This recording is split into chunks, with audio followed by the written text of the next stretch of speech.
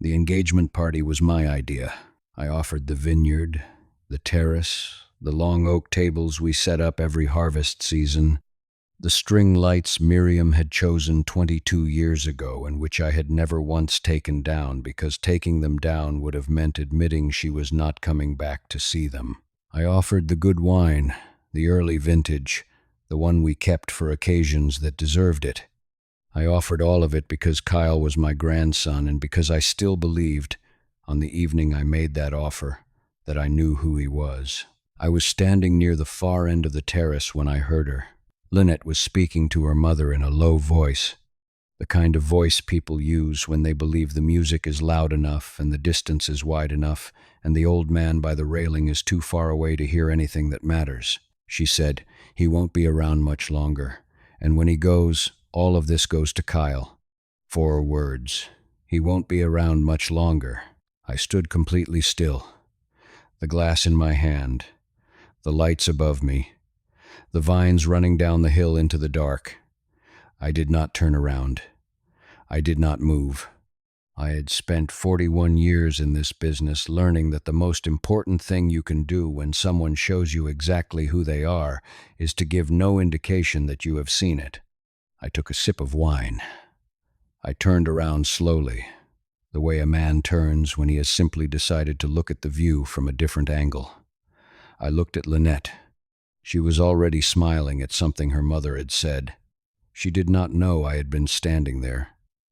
She did not know I had heard every word. I smiled back. She raised her glass in my direction. I had been waiting for this moment for 3 months. I was ready. This is the story of what happens when a young woman underestimates an old man who has been tending this land longer than she has been alive. My name is Nicholas Beaumont. I am 73 years old.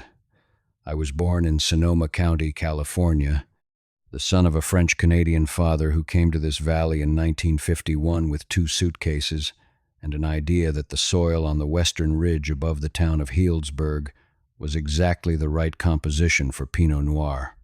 He was right. He spent 20 years proving it, and another 10 years convincing anyone to care. I grew up between the vines and the barrel room and the small white farmhouse my father built with his own hands on the northern edge of the property. I went to UC Davis for viticulture and enology, which my father considered unnecessary since he believed the only education worth having was the kind you got from the land itself, but he paid for it anyway, because my mother insisted, and my father never once won an argument with my mother. I came back at 24 and I have been here ever since. Beaumont Vineyards is not a large operation. We have 62 acres under vine, a barrel room that holds 800 barrels at capacity, a tasting room we built in 1998 from reclaimed barn wood, and a production of approximately 18,000 cases per year. We are not Opus One. We are not Kistler. We are a small, serious, family winery with a reputation that took 4 decades to build and which exists because we have never once cut a corner on anything that mattered. The land itself is worth considerably more than the business. The Western Ridge alone, which my father identified in 1951 and which I have farmed in one form or another for nearly 50 years, is the kind of parcel that developers and larger wine groups have been approaching me about for 20 years. I have declined every conversation. My father is buried at the edge of that ridge under a stone he chose himself. I will not sell that land. I will not discuss selling that land. I have said this so many times and in so many ways that everyone in the valley who knows me has long since stopped asking. My wife, Miriam, passed 11 years ago. She was 62. We had been married for 38 years, and she had run the hospitality side of the winery, the tasting room, the wine club, the harvest dinners, the relationships with the restaurants and retailers who had been buying from us for decades with a warmth and intelligence that I have never been able to fully replicate. The winery still works without her. It is not the same without her.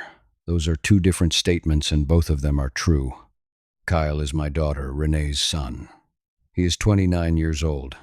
Renee lives in Portland and has for the past 15 years Having left the valley in her early 30s to pursue a life that had less to do with harvests and barrel tastings and more to do with the architecture firm she runs with her husband David. She is good at what she does and she loves her work, and I have never once held her leaving against her because I understood it even when it hurt. Kyle spent summers here throughout his childhood. He knows this land the way children know places they have loved. Not technically, not professionally, but in the body. In the memory of where the ground changes under your feet as you walk from the lower block to the upper block, in the smell of the barrel room in August, in the particular quality of the light on the western ridge in the late afternoon of a dry September. 3 years ago, Kyle moved to Healdsburg. He said he wanted to be closer to the vineyard. He said he wanted to learn the business. He said he wanted to understand what his grandfather had built. I was 69 years old and I had been running Beaumont Vineyards alone for 11 years, and I will not pretend that his arrival was not something I had hoped for longer than I could admit. I gave him a role. Production coordinator, which at a small winery means many things depending on the season. He learned quickly. He was good with the cellar team. He had his grandmother's instinct for hospitality and his mother's precision for detail. In the first year, I thought I had been given something I had stopped expecting. In the second year, things began to change. Nothing dramatic, nothing I could point to and name immediately. Just a shift in the quality of his attention when we talked about the business. A new impatience in meetings. Questions that were less about how things worked and more about what things were worth. And then he met Lynette. Lynette Marsh came into Kyle's life at a wine industry event in San Francisco in the spring of 2 years ago. Kyle called me the following weekend, which was unusual because he normally came to the winery on Saturdays and we talked in person.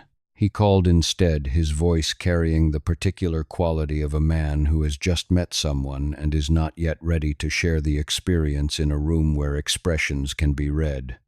He said she was from Sacramento, that she worked in commercial real estate, that she was 31 and smart and interesting, and that he wanted me to meet her. I said, of course. They came to the vineyard 3 weeks later on a Sunday afternoon. Lynette was striking in the way of someone who has learned precisely how to be striking, dressed well, composed, with a smile that arrived at exactly the right moments and stayed exactly the right length of time. She asked good questions about the winery. She complimented the Pinot. She said the property was beautiful. And then, within the first 20 minutes of our first conversation, she asked about the acreage. Not the wine, not the history, not how long my family had been here, or what my father had built, or what it meant to farm the same land for 70 years. The acreage. She said, "How many acres total?" I said 62 under vine.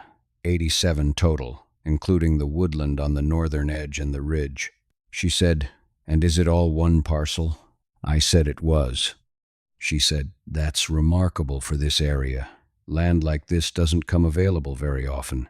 I said, "No, it doesn't." She smiled. She moved on to something else. Kyle was telling a story about a harvest dinner, and she redirected her attention to him with perfect smoothness, and I told myself I was reading too much into a passing comment from a woman I had just met. I told myself that for approximately 3 days. Then I called my old friend Patricia Sohn. Patricia had been a real estate attorney in Sonoma County for 30 years before retiring to Santa Rosa. We had worked together on 2 property matters in the 90s, and she was the sharpest reader of land transactions I had ever met. I described what Lynette had said and how she had said it and what her profession was, and Patricia listened without interrupting. When I finished, she said, "Nicholas, how long have they been together?" I said 3 weeks. She said, "And she's already asking about your parcel structure?" I said yes. Patricia was quiet for a moment. Then she said, "When are you seeing her again?" I said Kyle was bringing her to harvest dinner in October. She said, "Pay attention." Harvest dinner that October was the kind of evening the vineyard does well. Long tables on the terrace, the last warmth of the season still in the air, the vines already turning gold on the lower block. We had 22 people, cellar staff and their families, a few long-time trade accounts, Kyle and Lynette and her mother Sandra, who had driven up from Sacramento for the occasion. Sandra Marsh was 61, recently divorced, and had the particular manner of a woman who has decided that her daughter's relationship is also her project.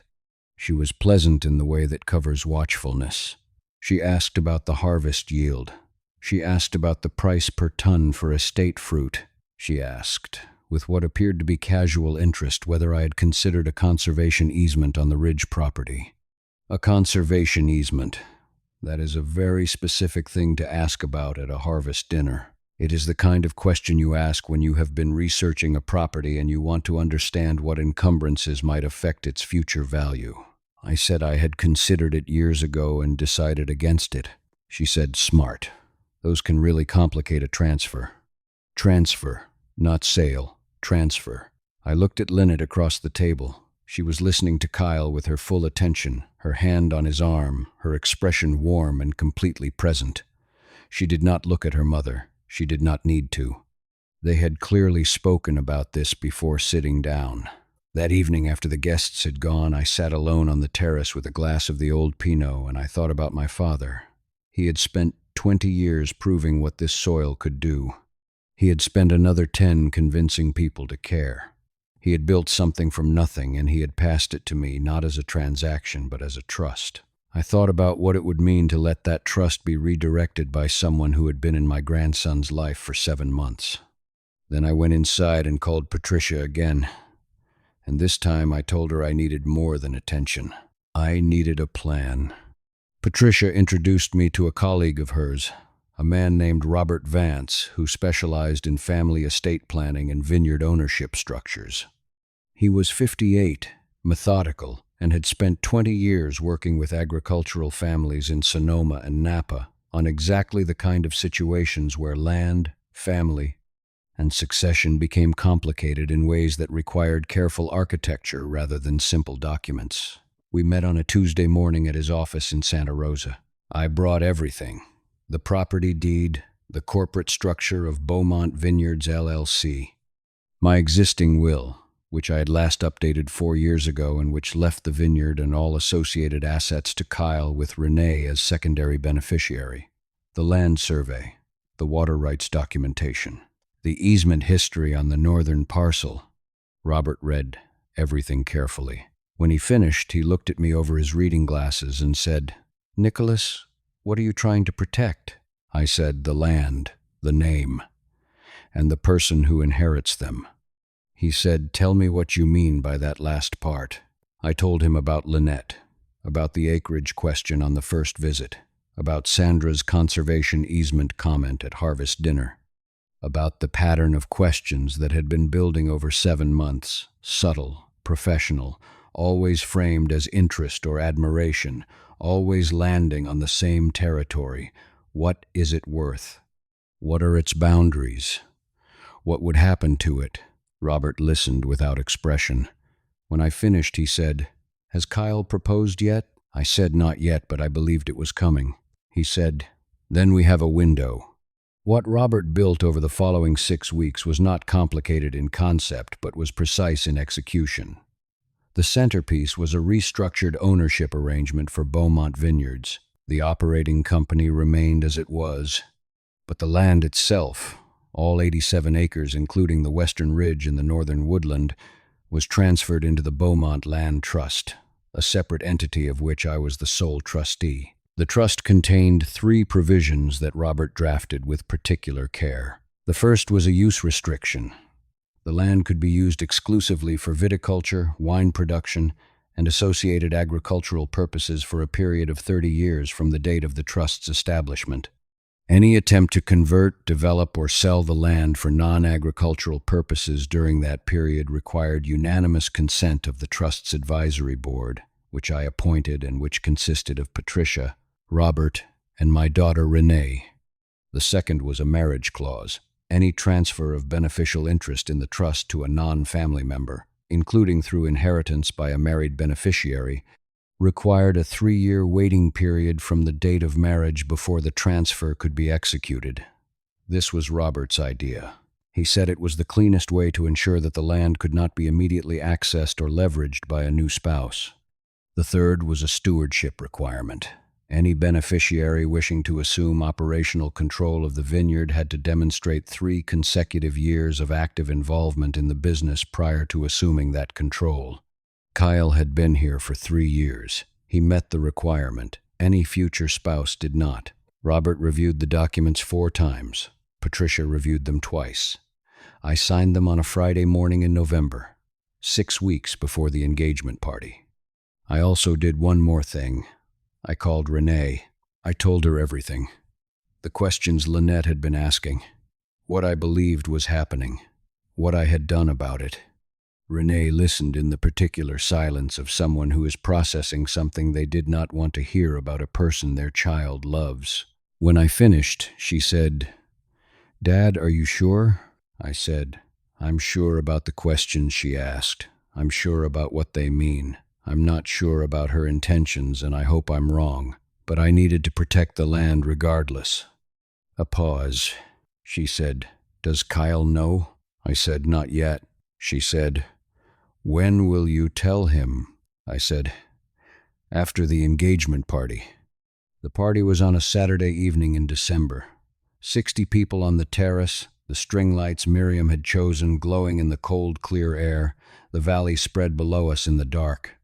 Kyle had asked if he could announce the engagement at the vineyard, and I had said yes immediately because it was the right place for it, and because I wanted to see Lynette's face when she stood on this land and understood what it was. I had also, 3 days before the party, received a phone call from Patricia. She had done what she described as a routine background review, the kind of due diligence she performed as a matter of professional habit when property interests were at stake. What she found was not routine. Lynette Marsh had been engaged once before. 2 years prior to meeting Kyle, she had been engaged to a man named Gregory Tan, a vintner in the Napa Valley who owned a 30-acre estate in Rutherford. The engagement had ended 8 months in, 3 weeks before the wedding. Gregory had, according to Patricia's contact at a Napa title company, quietly restructured his property ownership in the months before the breakup. I asked Patricia if she knew why the engagement ended. She said Gregory had never said publicly. But her contact at the title company said he had described it privately as discovering that his fiancée was more interested in the deed than the marriage. I sat with that for a long time after Patricia hung up. The party began at 6. By 7, the terrace was full and warm with conversation and the particular ease of a crowd that has been well fed and well poured. Kyle stood at the center of it with Lynette beside him, her hand in his, both of them radiating the particular light of people at the beginning of something they believe is uncomplicated. I moved through the crowd the way I have always moved at events on this property, slowly, stopping to talk, pouring when glasses needed filling, listening more than speaking. This is my terrace. I have been on it for 40 years. I know every corner of it, and I know how sound moves across it on a cold, still evening. At approximately 8:15, I stepped away from a conversation near the fire pit and walked toward the railing at the far end of the terrace to look out at the vines. The lower block was dark. The western ridge was a shadow against the sky. My father is buried up there. I looked at it the way I look at it every evening, briefly and without sentiment, just acknowledgement. That was when I heard her. Lynette was standing with her mother Sandra perhaps 4 meters behind me. The music was a guitar, live and quiet, and there was enough ambient conversation that she had calculated correctly that her words would not carry. What she had not calculated was that the railing where I was standing creates a particular acoustic condition on that terrace, a reflection of sound off the stone balustrade that I have known about for 20 years because Miriam used to stand in that same spot to hear conversations happening near the fire pit when we were hosting large groups. Lynette said to her mother in a low voice, "He won't be around much longer, and when he goes, all of this goes to Kyle." Sandra said something I could not hear clearly. Lynette said, "The land alone is worth 8 million, maybe more. Gregory's place in Rutherford was half this size." I stood completely still, the glass in my hand, the lights above me, the cold air on my face. Gregory. She had used his name as a comparison, as a reference point for a calculation she had been running since the first afternoon she walked onto this property and asked me how many acres. I took one breath, then another. Then I turned around the way a man turns when he has simply decided to look at the view from a different angle. Lynette saw me. Her expression did not change immediately. It took perhaps 1 second, one full second, for her to understand how close I had been standing and what the acoustics of that railing meant. Then her face went very still. I looked at her for a moment. I did not say anything. I did not need to. I simply held her gaze long enough for her to understand that I had heard everything, every word. Then I smiled, warmly, the way you smile at the fiancé of your grandson at his engagement party. I raised my glass slightly in her direction. She raised hers back. Her hand was not entirely steady. I turned and walked back toward the center of the terrace. Kyle came to the vineyard 3 days after the party, alone. He called ahead, which told me he already knew something had shifted. He arrived at 10 in the morning, and we sat in the kitchen the way we had sat 100 times, coffee on the table, the vineyard visible through the window, the barrel room beyond it. He said, "Grandpa, what happened at the party?" I said, "What do you mean?" He said, "Lynette said you looked at her in a way she's never seen before. She said it frightened her." I looked at my grandson. His face, his grandmother's eyes and his mother's jaw, and something that was entirely his own, a quality of openness that I had always loved in him, and which I now understood had been the thing that made him vulnerable to exactly what had happened. I said, "Kyle, I need to tell you some things, and I need you to hear them the way you heard things when you were a boy on this property, without deciding in advance what they mean." He said, "Okay." I told him about the acreage question on her first visit.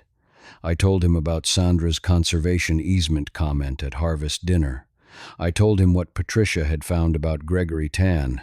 I told him what I had heard at the railing. He did not speak for a long time when I finished. Then he said, "She mentioned Gregory at the railing." I said, "Yes." He said, "She told me Gregory was a mistake, that she was young and it didn't work." I said, "I know." He said, "You don't know she was talking about money." I said, "She said the land alone was worth $8 million and compared it to Gregory's estate in Rutherford." A silence. He said, "Maybe she was just—" I said, "Kyle," gently, not to stop him, to steady him. "I am not asking you to believe me instead of her. I am asking you to ask her directly about Gregory, about why that engagement ended, about what she said at the railing." A pause. "And I am telling you that regardless of what she says, the land is protected. It was protected before the party. It will be protected after whatever happens next."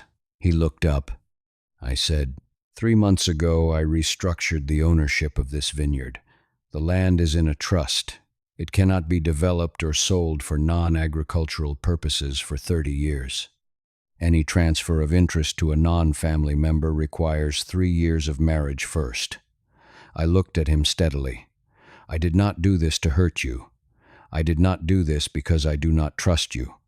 I did this because this land is the work of 3 generations, and it will still be here for 3 more regardless of what any of us decide in the next year." Kyle sat with that for a long time. He said, "Did you do this because of Lynette specifically?" I said, "I did this because the land deserved to be protected. Lynette made me understand the timing." He looked out the window at the vineyard, at the lower block where he had picked fruit every harvest for 3 years, at the western ridge beyond it. He said, "What do I do now?" I said, "You ask her the question, directly, without framing it, without preparing her for it. You ask her what she said at the railing and you watch her answer." He nodded slowly. He drove back to Healdsburg that afternoon. 3 days later he called me. He did not give me details. He said only that he had asked and that the answer had told him what he needed to know. He said the engagement was over. He came to the vineyard that weekend and we worked the cover crop in the lower block together for 4 hours without talking about any of it. At the end of the afternoon, he leaned on the fence post at the edge of the upper block and looked out at the ridge. He said, "Grandpa, when did you know?" I said, "The first afternoon, when she asked about the acreage." He said, "Why didn't you say something then?" I said, "Because you weren't ready to hear it, and because I needed to be certain first." He looked at the ridge for a long time. He said, "She really said Gregory's name?" I said, "She really said Gregory's name." He shook his head slowly. "Not anger exactly. Something quieter and more lasting than anger." I put my hand on his shoulder for a moment. Then we walked back up to the house. I am 73 years old. I have farmed this land for nearly 50 years, and I have buried a wife and watched a daughter build her own life far from these hills. And I have learned more from this valley than from any other source about what patience actually means. Patience is not waiting. That is a common misunderstanding. Patience is watching. It is the discipline of continuing to observe when every instinct tells you to act. It is the understanding that information gathered quietly is worth 10 times more than confrontation delivered loudly. Lynette was not a foolish person. She was intelligent and prepared, and she had learned from Gregory Tan that due diligence before a marriage was necessary if you intended to acquire what the marriage represented. What she had not learned, because Gregory had restructured quietly and never explained why, was that the people who build things are usually paying closer attention to the people around them than anyone assumes. My father paid attention to soil. He paid attention to weather. He paid attention to the particular way the fog moved through the valley in the mornings and what it meant for the fruit on the western ridge. He built a business on that attention over 20 years. I paid attention to a woman at an engagement party. I paid attention to the questions she asked and the words she used and the name she mentioned at a railing on a cold December evening. And because I had been paying attention for 3 months before that evening, I was ready when the moment came. The Beaumont Land Trust is registered with the county recorder. The western ridge is protected. My father's stone is still at the edge of it, exactly where he placed it. Kyle is here. He comes to the vineyard every day now. He is learning the business the way it should be learned, not because of what it is worth, but because of what it means. There is a difference, and he is beginning to understand it. We planted a new block on the northern edge this spring, Chardonnay, which my father never had patience for, but which I have come to believe the soil there wants to grow. It will be 3 years before we see the first fruit. 5 before we understand what we have. Some things take time to reveal themselves.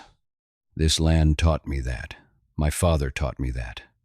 And on a cold December evening at a railing on a terrace above the valley, a young woman who thought she was whispering taught me that it is still true. Tell me in the comments, has someone ever shown you exactly who they were when they thought you weren't listening? I want to hear from you.